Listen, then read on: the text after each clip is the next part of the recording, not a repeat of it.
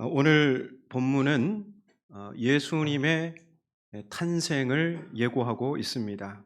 그리고 오늘 부분 바로 앞에 내용을 보면 거기에는 세례 요한의 출생을 예고하고 있습니다. 예수님과 세례 요한의 탄생 예고에는 굉장히 유사점이 있습니다. 먼저 이 두 탄생 이야기에는 가브리엘이라는 천사가 개입합니다. 성경에서 가브리엘 하면 이 천사는 좋은 소식을, 기쁜 소식을 전하는 천사입니다. 그리고 두 번째 유사점이 있다면 세례 요한의 아버지 사가랴와 마리아라 이름하는 한 여인이 천사 개입에 매우 크게 놀라게 됩니다. 그리고 또 마지막 하나 유사점이 있다면 이제 태어날 두 아기가 하나님의 계획과 밀접한 관계가 있다는 것입니다. 반면 매우 큰 차이도 있는데요. 세례 요한은 혈육을 통해 잉태되지만 예수님은 성령을 통해 잉태됩니다. 이제 오늘 본문을 보면요. 엘리사벳이 요한을 임신한 지 6달이 된 시점에 천사 가브리엘이 하나님의 보내심을 받아 갈릴리 나사렛에 사는 마리아의 집을 방문합니다. 천사가 마리아를 보자마자 건넨 인사말은 카이레, 기뻐하라입니다. 우리 성경에는 평안할지어다 이렇게 되어 있는데요. 기뻐하라라는 뜻이에요. 자, 여기서 천사가 기뻐하라라고 했는데, 자, 그 헬라어 낱말의 뜻을 보면요. 여기에는 지속적이고 반복적이고 계속적인 속성이 담긴 낱말이에요. 기뻐하라. 그러니까 기뻐하라는 이 천사의 촉구는 이제 마리아가 앞으로 계속해서 반복해서 지속적으로 기뻐할 일이 있다는 것입니다. 그러면 그 기뻐할 근거가 무엇일까요? 28절을 보면 이렇게 말합니다. 은혜를 받은 자여 기뻐하라. 주께서 너와 함께 하시도다. 여기 보면 기뻐해야 할 두 가지 내용이 있어요. 하나는 마리아가 은혜를 받은 자입니다. 그리고 주께서 그녀와 함께 하신다는 겁니다. 그런데 무슨 은혜를 받았는지, 주께서 함께 하신다는 게 도대체 무엇인지 아직 의문으로 남습니다.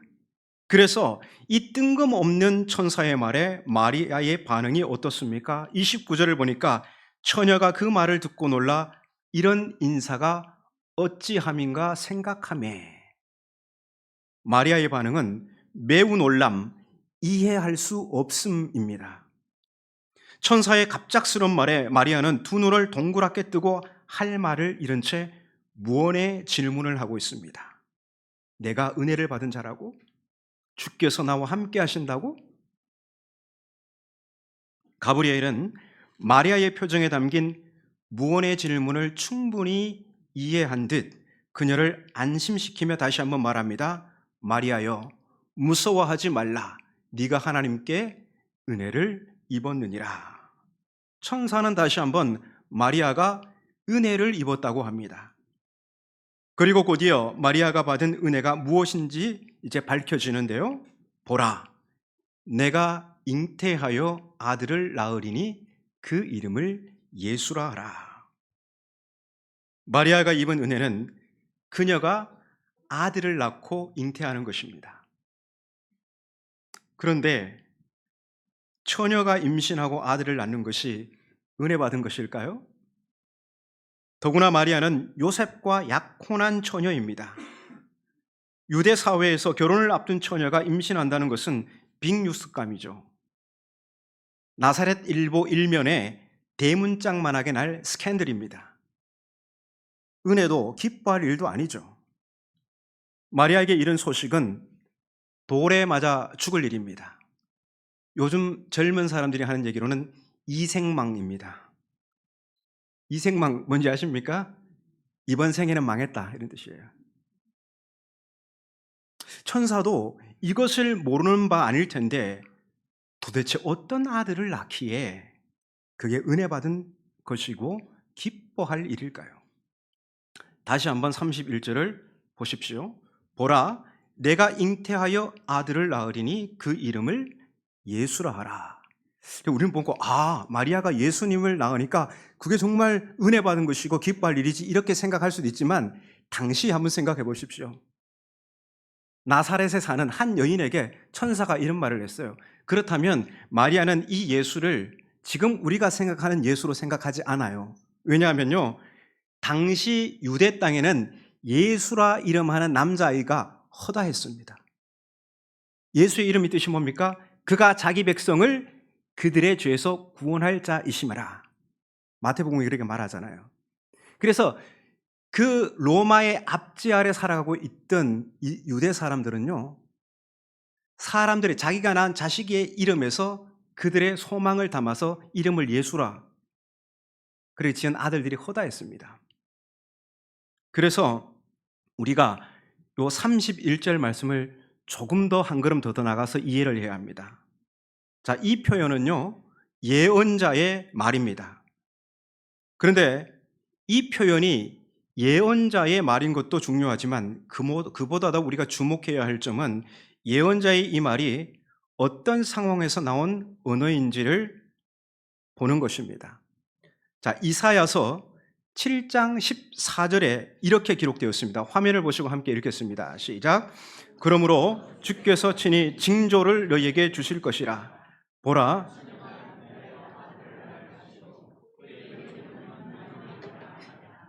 아멘. 이 말씀을 보시면요, 예언자 이사야는 처녀가 아이를 잉태하고 낳는 것이 징조라고 합니다. 여러분, 징조가 무엇입니까? 징조는 어떤 일이 일어날 조짐을 징조라고 하죠.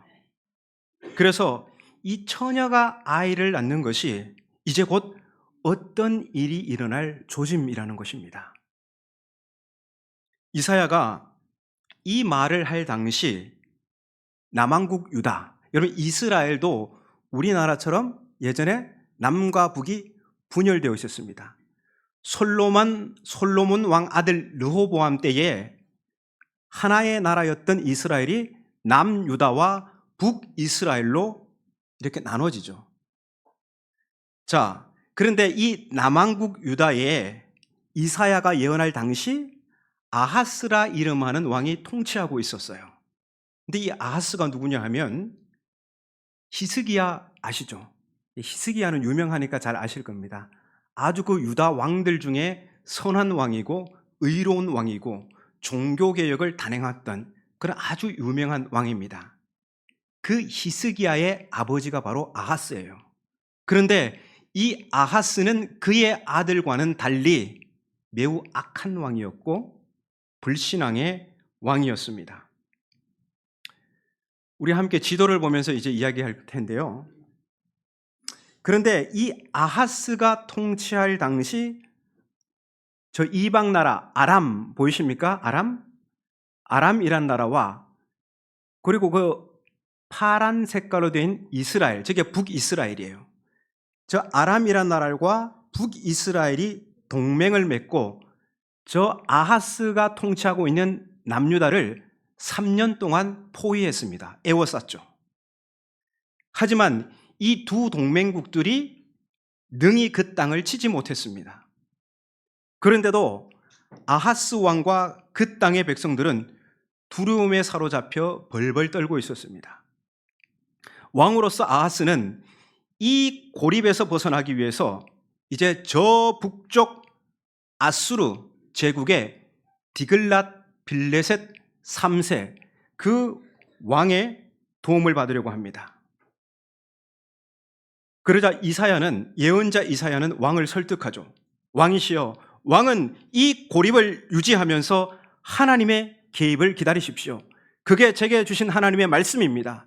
왕은 지금 이 고립을 유지하고 하나님의 개입을 기다려야 합니다. 하지만 아하스는 이사야의 권면을 무시하고 아수르 왕에게 원군을 요청하면서 봉주 종신 조약을 맺으려고 합니다. 봉주 종신 조약. 이게 뭡니까? 나는 아수르 왕의 아들입니다. 나는 아수르 왕의 종입니다. 이렇게 굴복하는 것이죠. 이렇게 아하스가 아수르의 군사력에 의존해서 아람과 이스라엘의 세력을 꺾으려고 하니까 이사야는 그게 아니야. 이 두 동맹국의 왕 르신과 베가는 이제 곧 소멸되어 사라질 연기 나는 두 부직갱이에 불과해. 이제 이렇게 말하는 것이죠. 그렇기 때문에 절대로 아수르 왕의 원군을 요청하지 말고 하나님의 개입을 기다리라고 합니다. 하지만 하나님의 말씀을 대언하는 예언자의 말에도 아하스와 유다 백성은 여전히 두려움 가운데 사로잡혀 있고 조금도 그 두려움이 경감되지 않습니다. 그래서 하나님은 두려움에 사로잡힌 왕과 백성의 마음을 진정시키기 위해서 한 징조를 보여주시겠다고 한 겁니다. 그 징조가 바로 처녀가 잉태하여 아들을 낳는 것입니다. 이 처녀가 잉태해서 아들을 낳는 것이 이제 곧 아람과 이스라엘 두 동맹국의 끝이 이르렀다는 것입니다. 이 징조를 보면 아하, 이제 아람과 이스라엘은 끝장났구나. 그리고 아하스와 예루살렘은 이 고립에서 벗어나게 되는구나. 이런 것이죠. 그래서 이 천사 가브리엘의 말, 네가 잉태하여 아들을 낳으리니 나는 구약의 언어는요, 이제 처녀 마리아가 잉태하여 아들을 낳는 사건이 이스라엘의 속량이 가까웠다는 징조라는 것입니다. 처녀가 낳은 아들 예수가 그냥 그 당시 흔한 예수라는 이름을 가진 그냥 일반적인 남자가 아니라 이스라엘의 속량, 이스라엘이 처해 있는 이 절망적 상황, 곧 로마의 압제에서 좀 더 근본적으로는 죄와 죽음의 지배에서 이스라엘을 속량할 거라는 말입니다. 이게 엄청난 말이죠. 근데 마리아는 이것을 알아들을 수 있는 귀가 있었을까요? 없었을까요? 알아들었습니다. 그게 놀랍습니다. 그리고 천사는 계속해서 구약의 언어로 말을 하는데요. 32절, 33절을 함께 읽겠습니다. 32절, 33절입니다. 시작. 그가 큰 자가 되고 지극히 높으신 이의 아들이라 일컬어질 것이요 주 하나님께서 그 조상 다윗의 왕위를 그에게 주시리니 영원히 야곱의 집을 왕으로 다스릴 것이며 그 나라가 무궁하리라. 아멘. 천사의 이 말은 구약 성경 사무엘하 7장 12절에서 16절을 배경으로 하고 있습니다. 자, 사무엘하 7장 12절부터 16절까지의 말씀은 다윗 언약입니다. 그 유명한 다윗 언약인데 제가 방금 그 유명한 다윗 언약이라고 했잖아요. 유명하다는 것은 제가 이렇게 말씀드리면 누구든지 알아들을 수 있다는 이야기죠. 근데 나는 모르겠는데 이렇게 생각하시면 이거 참 곤란해집니다. 근데 제가 표정을 보니까 상당히 모르시는 것 같습니다. 사무엘하 7장 12절부터 16절은 하나님께서 다윗의 왕위를 영원히 견고하겠다 하신 약속이에요. 여러분, 이스라엘 민족에게 있어서 이 다윗 언약은요 엄청 중요한 거예요. 그리고 또 하나 중요한 것이 있다면 성전이 있다는 거예요. 이 두 가지를 이해하지 않고 성경을 이해하기가 어렵습니다. 예언자들의 말을 이해하기가 어렵습니다. 그런데 지금 천사가 이 다윗 왕가의 왕위를 영원히 견고하겠다라는 구약의 말을 꺼내서 옵니다. 그런데 이 남유다는요, 아하스가 통치하고 이 남유다는 주전 587년에 멸망당합니다. 바벨론에 의해서 그들이 사로잡혀가죠.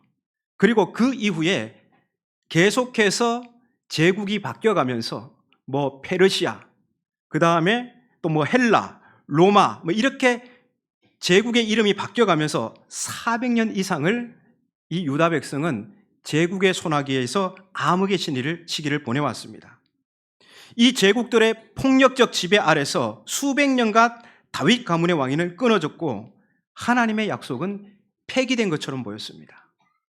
그런데 천사는 마리아에게서 태어난 아기가 지극히 높으신 이의 아들, 즉 하나님의 아들로서 다윗 가문의 왕가를 이어갈 후손이며 이제 이 왕위가 어떤 세력으로부터도 폐위되지 않고 영원히 견고할 거라고 말합니다. 천사는 지금 결혼을 앞둔 처녀에게 엄청난 말을 쏟아내고 있습니다. 감당할 수 없는 말이죠. 요컨대 천사의 말은 마리아에게서 태어날 아기가 이스라엘의 구원자요, 이스라엘과 넘어서서 온 인류의 왕이라고 선언하고 있는 것입니다. 천사의 이 놀라운 말에 마리아가 묻습니다. 나는 남자를 알지 못하니 어찌 이런 일이 있겠습니까? 그러자 천사가 대답합니다. 성령이 내게 임하시고 지극히 높으신 이의 능력이 너를 덮으시리니 이름으로 나실 바 거룩한 이는 하나님의 아들이라 일컬어지리라. 가브리엘은 하나님의 아들 예수는 하나님의 능력이신 성령으로 잉태된다고 합니다. 그러면서 가브리엘은 자기가 전하는 그 말의 출처를 분명히 하죠. 대저 하나님의 모든 말씀은 능하지 못하심이 없느니라. 그러니까 천사는 그동안 자기가 한 말이 그냥 자기 생각이 아니라 모두 하나님의 말씀이며 이 모든 말씀은 불가능이 없다고 마침표를 딱 찍습니다. 갑작스레 너무나 엄청난 말을 들은 마리아, 여러분 같으면 어떻게 반응하시겠습니까? 이런 말을 내가 들었어요. 천사가 와서 기뻐하라, 은혜를 받은 자여, 주께서 너와 함께 하시도다. 구약의 말을 막 가져오면서 엄청난 말을 쏟아냈어요. 우리 38절을 읽어볼까요? 마리아의 반응입니다. 자, 시작. 마리아가 이르되 주의 여종 요원이 말씀대로 내게 이루어지이다 하매 천사가 떠나가니라. 아멘. 마리아가 이르되 주의 여종이오니. 마리아는 자신을 주의 여종이라고 고백합니다. 여러분, 이 표현이 너무너무 감동적인 고백이에요. 저는 마리아의 이 말에서 주님을 위해 자신의 삶을 바친 이들의 헌신이 주마등처럼 스쳐 지나갔습니다. 주의 여종이라는 말, 여러분 언제 이런 말을 들어보셨습니까? 우리 목사님들이 이렇게 여자 성도님들을 위해서 기도할 때 뭐 주의 여종이 이렇게 해주기를 바랍니다, 이렇게 기도하잖아요. 근데 그때 주의 여종은 그래도 고상한 표현이에요. 하지만 마리아가 주의 여종이오니라고 했을 때 이 고백의 더 정확한 의미는 주의 계집종이오니, 이런 뜻입니다. 그러니까 나는 주인의 말에 거절할 권리가 없는 계집종에 불과하다는 뜻입니다. 즉 나는 아무것도 아닙니다 라는 고백이에요. 주여, 나는 아무것도 아닙니다. 그러니 나를 통하여 주의 모든 말씀이 이루어지기를 바라나이다. 이 일을 통하여 처녀인 내가 스캔들에 휩싸이더라도, 이 일 때문에 내가 수치와 부끄러움을 당할지라도, 이 사건으로 인해 내 삶이 송두리째 무너지더라도 나는 아무것도 아니오니 나를 통하여 주의 모든 말씀만 이루어지기를 바라나이다. 마리아의 이 고백은 예수님의 말씀을 떠올립니다. 아무든지 나를 따라오려거든 자기를 부인하고 날마다 제 십자가를 지고 나를 따를 것이니라. 마리아는 주님의 말씀이 이루어지도록 철저한 자기 부정과 그로 인해 예상되는 십자가를 기꺼이 지겠다고 합니다. 즉 마리아는 하나님의 아들을 잉태함으로 자신이 부서지고 쓰러질지라도 주의 말씀만이 이루어지기를 바랐습니다. 이러한 자기 부정과 자기 십자가를 적극 수용하는 마리아의 자궁에 지극히 크신 이의 능력, 곧 성령이 부어짐으로 이스라엘을 속량하실 이스라엘의 구원자가 잉태됩니다. 그리고 그녀에게서 다윗의 왕위를 영원히 견고하게 하실 하나님의 아들이 탄생하게 됩니다. 마리아, 그녀는 어둠의 땅의 소망이 될 하나님의 메시아를 잉태하고 출산한 축복의 통로입니다. 마리아, 정말 대단한 인물입니다. 하나님께서 그녀의 자궁을 선택하신 이유를 비로소 알게 되는 것입니다. 왜 하나님께서 그 허다한 사람들 중에 마리아의 자궁을 선택하셨을까? 마리아는 천사가 전하는 구약의 언어를 들을 귀가 있었습니다. 그렇다면 그녀가 평소에 얼마나 말씀을 가까이 했는지 짐작할 수 있습니다. 우리는 하나님의 뜻을 알기 위해서 얼마나 말씀을 가까이 하고 있는지요. 그녀가 그 어둠의 땅에서 예언자들이 선포한 약속의 말씀을 붙잡고 이스라엘을 속량할 메시아를 얼마나 기다렸는지 우리는 알 수 있습니다. 이렇게 준비된 한 여인에게 그 엄청난 메시지가 떨어질 때 즉각 자기 부정과 자기 십자가를 지는 반응이 나왔다는 것입니다. 오래전 한 방송사에서 풀빵 굽는 엄마의 이야기를 다큐멘터리로 만들어서 방송한 적이 있습니다. 이 이야기는 후에 풀빵 엄마라는 제목의 책으로 소개되기도 했고 해외의 유수한 방송상을 한국 최초로 받기까지도 했습니다. 무엇이 엄마의 이야기를 이토록 사람들이 기억하게 했을까? 그것은 바로 엄마의 용기입니다. 37살의 엄마가 위암으로 투병을 시작했습니다. 그 어렵다는 항암 치료를 1년 넘게 받았습니다. 이 한부모 가정에서 자라는 7살 딸은 1살 아래 남동생을 돌보면서 엄마의 퇴원을 위해서 또 엄마가 아프지 않기를 바라면서 잠자기 전 날마다 기도합니다. 퇴원 후 투병을 하면서도 풀빵을 굽던 이 엄마는 그 어려운 상황 가운데서도 아이들의 미래를 내다보면서 견디고 또 견뎠습니다. 엄마의 마음속에는 아이들이 이미 초등학교도 졸업했고 중학교도 졸업했습니다. 내일이 크리스마스인데도 그 전날까지 풀빵을 굽습니다. 엄마는 아이들이 빨리 컸으면 하는 바람이 있습니다. 그래서 하이힐도 신겨주고 짧은 치마도 입혀주고 싶었습니다. 이런 아이들의 미래를 꿈꿀 때 엄마는 더 이상 암을 바라보지 않았습니다. 항암 치료를 두려워하지도 않았습니다. 하지만 엄마는 아이들의 밝은 미래를 꿈꾸며 부서지고 쓰러지다가 결국 2 아이를 남기고 죽음을 맞이하게 됩니다. 무엇이 그 연약한 엄마로 하여금 이런 용기를 가능하게 했을까요? 엄마가 그 엄청난 고통 가운데 주목한 것은 아이들의 미래였습니다. 아이들의 밝은 미래를 위해서 항암으로 바짝 마른 자기의 몸마저도 그녀는 마지막 땔감으로 그렇게 불사릅니다. 엄마는 자신의 끔찍한 현실보다도 아이들의 희망찬 미래를 더 주목했기 때문입니다. 천사의 말을 들은 마리아는 자신의 자궁을 통과하게 될 생명에게서 이스라엘의 밝은 미래를 보았습니다. 처녀의 몸으로 잉태하고 해산할 그 생명에게서 죄와 죽음에서 지배해서 그의 백성을 속량할 이스라엘의 구원과 소망을 보았습니다. 그래서 마리아는 자신의 처녀 잉태를 통해 겪게 될 그 어떠한 수모도 달게 받을 각오가 되어 있었습니다. 주여, 나는 아무것도 아닙니다. 그러니 나를 통하여 주의 모든 말씀이 이루어지기를 바라나이다.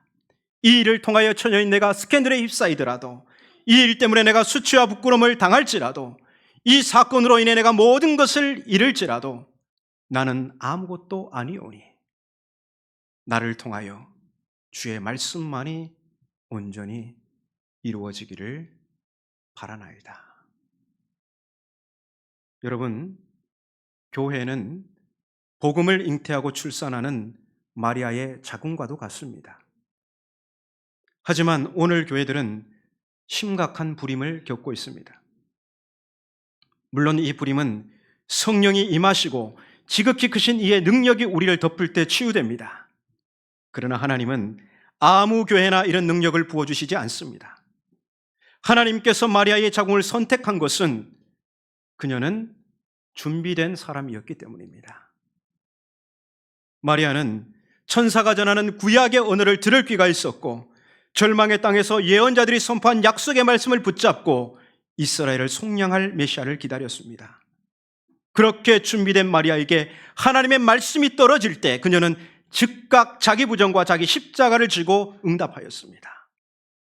이렇듯 하나님은 자기 부정과 자기 십자가를 지는 교회를 세상의 구원자를 잉태하고 출산하는 영적 자궁으로 선택하시고 사용하십니다. 우리 함양교회가 세상의 희망이신 메시아를 잉태하고 출산하는 교회가 되기를 바랍니다. 하나님의 말씀을 늘 가까이하여 하나님의 비밀을 들을 귀가 열리기를 바랍니다. 그리고 하나님의 말씀이 우리 가운데 들려올 때 나는 아무것도 아닙니다. 나를 통하여 오직 주의 말씀만이 이루어지기를 바라나이다. 즉각 자기 부정과 자기 십자가를 지는 성도들이 되시기를 바랍니다. 그래서 우리 함양교회가 절망 가운데 신음하는 이 세상의 희망이 되고 빛이 되기를 바랍니다. 우리 그러한 열망을 담아서 우리 함께 나는 아무것도 아닙니다. 함께 찬양하겠습니다.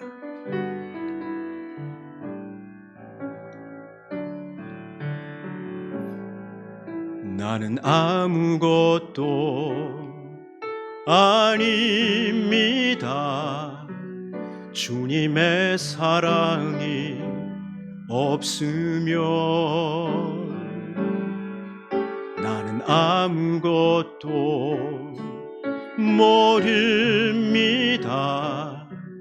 주님의 지혜가 없으면 나는 아무것도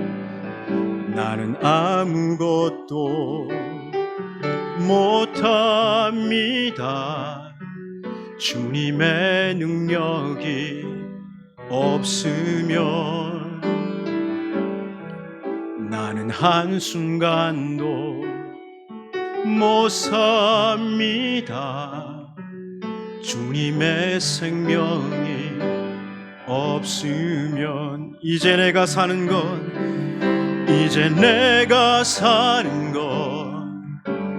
아니요.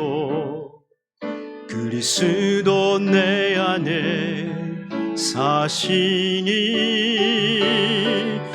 오직 그의 생명이 나의 생명, 나의 모든 날들도 주의 것. 나는 오직 한 분 바랍니다. 나의 아버지, 나의 구원, 나의 주. 이제 내가 사는 건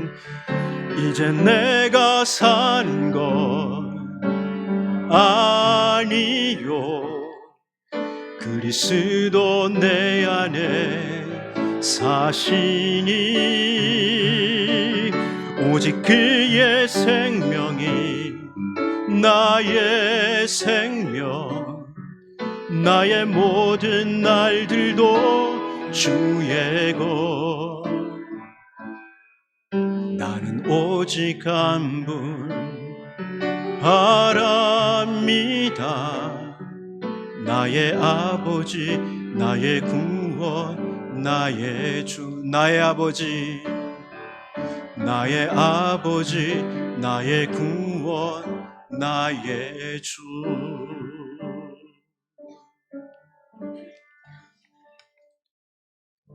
함께 기도하겠습니다. 주님, 나는 아무것도 아닙니다. 나를 통하여 주의 말씀이 이루어지기를 바랍니다. 주님, 우리 함양교회가 마리아처럼 복음을 잉태하고 출산하는 복된 자궁이 되게 하옵소서. 우리 함양교회와 온 성도들이 어둠의 땅에 소망의 빛을 비추는 축복의 통로가 되게 하옵소서. 갑작스런 주의 말씀에도 들을 귀가 준비되게 하시고, 예기치 못한 순간에도 주께서 말씀하실 때 즉각적인 자기 부정과 자기 십자가를 짊어지는 순종으로 응답하게 하옵소서. 그리하여 우리를 통하여 오직 주님의 말씀이 이루어지게 하옵소서. 예수님의 이름으로 기도합니다. 아멘.